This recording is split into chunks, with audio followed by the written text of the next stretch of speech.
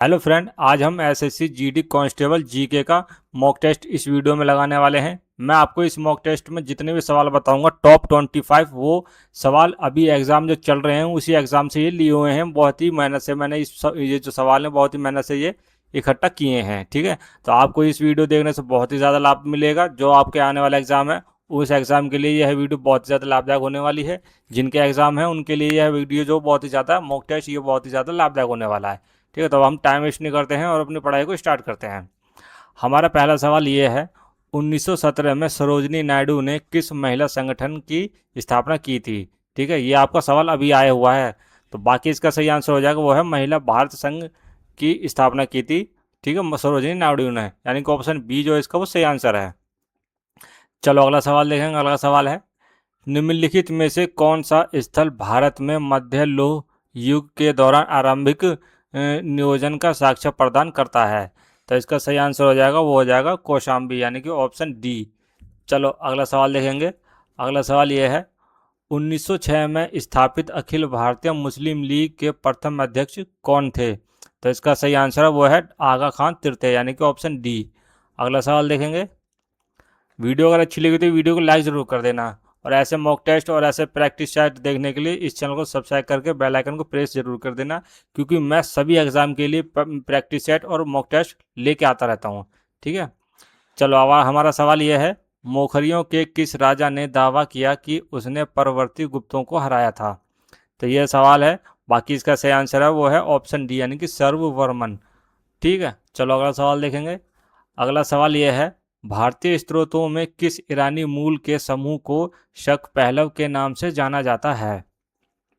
तो इसका आंसर है वो है पार्थियन, यानी कि ऑप्शन ए। चलो अगला सवाल देखेंगे। अगला सवाल है, नवपाषाण और महापाषाण चरणों के बीच अति व्यापन में भारत के किस भाग में प्रारंभिक लोह वस्तुएं देखी गईं? तो इसका आंसर हो जाएगा ऑप्शन बी, यानी कि दक्षिण भारत। चलो अगला सवाल देखेंगे। अगला सवाल अगला सवाल है, गोपथ ब्राह्मण निम्नलिखित में से किस वेद से संबंधित हैं? तो इसका आंसर हो जाएगा ऑप्शन सी, यानी कि अथर्ववेद से संबंधित थे। ठीक है, अगला सवाल है हमारा। अगला सवाल ये रहा, ब्रिटिश सरकार ने तीसरे गोलमेज सम्मेलन की संसूतियों के आधार पर श्वेत पत्र निम्नलिखित में से किस वर्ष प्रकाशित किया था? तो इसका आंसर है ऑप्शन बी, यानी कि 1933। अगला सवाल देखेंगे। अगला सवाल यह है, भारतीय राष्ट्रीय कांग्रेस के किस अधिवेशन के दौरान भारत छोड़ो प्रस्ताव पारित किया गया था? तो इसका आंसर है मुंबई अधिवेशन, यानी कि ऑप्शन डी।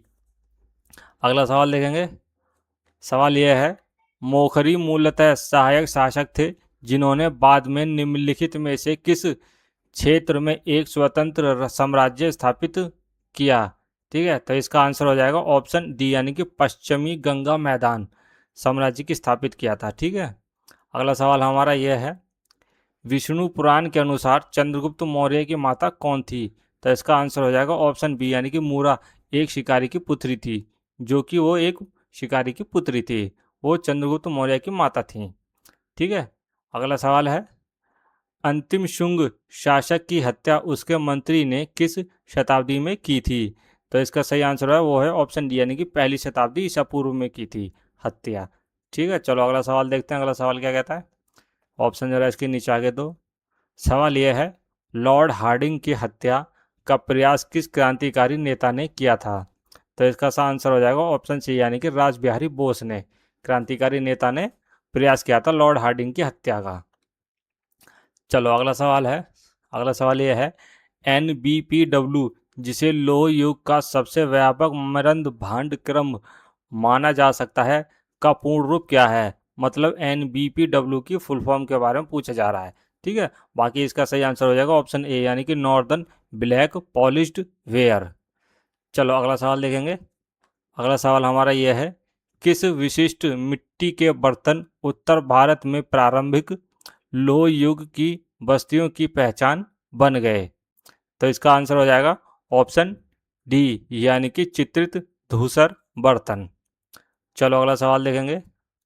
एक ऑप्शन इसका नीचे है, ये रहा। सवाल यह है, निम्नलिखित में से किस हस्ती द्वारा राग लासवंती की रचना की गई थी? तो इसका आंसर हो जाएगा ऑप्शन डी यानी कि उस्ताद अली अकबर खान। ठीक है, चलो अगला देखेंगे सवाल। अगला सवाल यह है, इस्लामी संस्कृति को संरक्षित करने के उद्देश्य से चलाए गए देवबंद आंदोलन का प्रमुख नेता कौन था? ये जो है ये सवाल है यहाँ तक का। ठीक है, वो थोड़ा टाइपिंग में थोड़ी मिस्टेक हो गई है, बाकी आप समझ लेना। तो इसका आंसर हो जाएगा ऑप्शन ए यानी कि मोहम्मद कासिम नानोतवी। इसका आंसर हो जाएगा।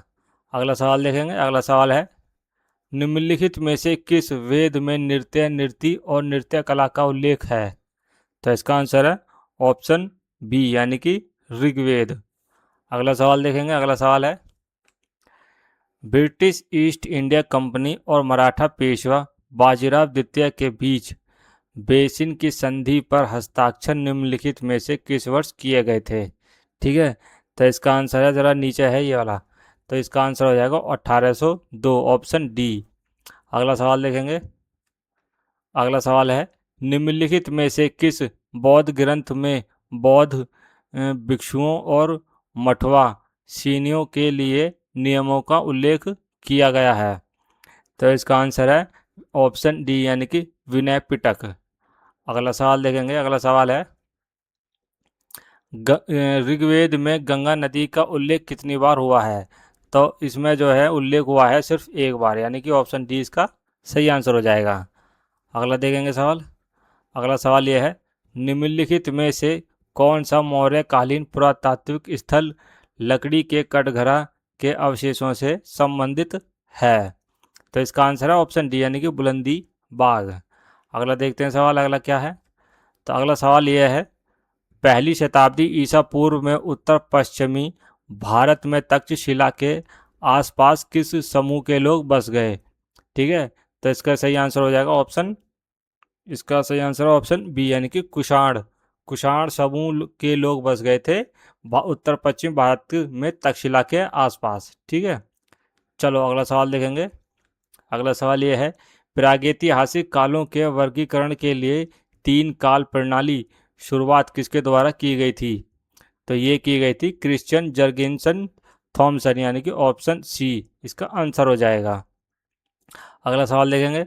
अगला सवाल यह है, वह अवधि जब हम लगभग 12,000 वर्ष पूर्व से लेकर लगभग 10,000 पूर्व वर्ष तक पर्यावरणीय परिवर्तन पाते हैं, उसको क्या कहते हैं? तो उसको कहते हैं मध्य पाषाण काल, यानी कि ऑप्शन ए इसका वो सही आंसर हो जाएगा। तो दोस्तों ये था हमारे 25 सवालों का मॉक टेस्ट, जो अभी जो एग्ज़ाम चल रहे हैं आपके, ये एग्ज़ाम में ये अभी के ही जो एग्ज़ाम चल रहे हैं उसी में ये सवाल आए हुए हैं, हमने इसको एकत्रित किया है। ठीक है, अगर वीडियो अच्छी लगी तो वीडियो को लाइक कर देना। ऐसे ही जानकारी के लिए, ऐसे ही इंपॉर्टेंट मॉक टेस्ट और प्रैक्टिस सेट लगाने के लिए इस चैनल को सब्सक्राइब करके बेल आइकन को प्रेस कर देना। अब मैं आपसे मिलता हूँ अपनी नेक्स्ट वीडियो में, तब तक के लिए जय हिंद जय भारत।